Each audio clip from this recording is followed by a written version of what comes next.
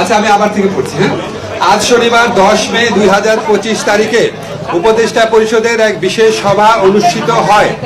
সভায় আন্তর্জাতিক অপরাধ ট্রাইব্যুনাল আইনের সংশোধনী অনুমোদিত হয়েছে।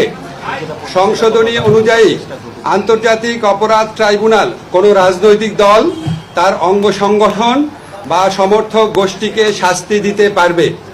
উপদেষ্টা পরিষদের বৈঠকে আন্তর্জাতিক অপরাধ ট্রাইব্যুনালে বাংলাদেশের আওয়ামী লীগ ও তার নেতাদের বিচার কার্য সম্পন্ন না হওয়া পর্যন্ত দেশের নিরাপত্তা ও সার্বভৌমত্ব রক্ষা, জুলাই আন্দোলনের নেতাকর্মীদের নিরাপত্তা এবং আন্তর্জাতিক অপরাধ ট্রাইব্যুনালের বাদী ও সাক্ষীদের সুরক্ষার জন্য সন্ত্রাস বিরোধী আইনের অধীনে সাইবার স্পেস সহ আওয়ামী লীগের যাবতীয় কার্যক্রম নিষিদ্ধ করার সিদ্ধান্ত গ্রহণ করা হয়েছে। এ বিষয়ে প্রয়োজনীয় পরিপত্র পরবর্তী কর্মদিবসে জারি করা হবে।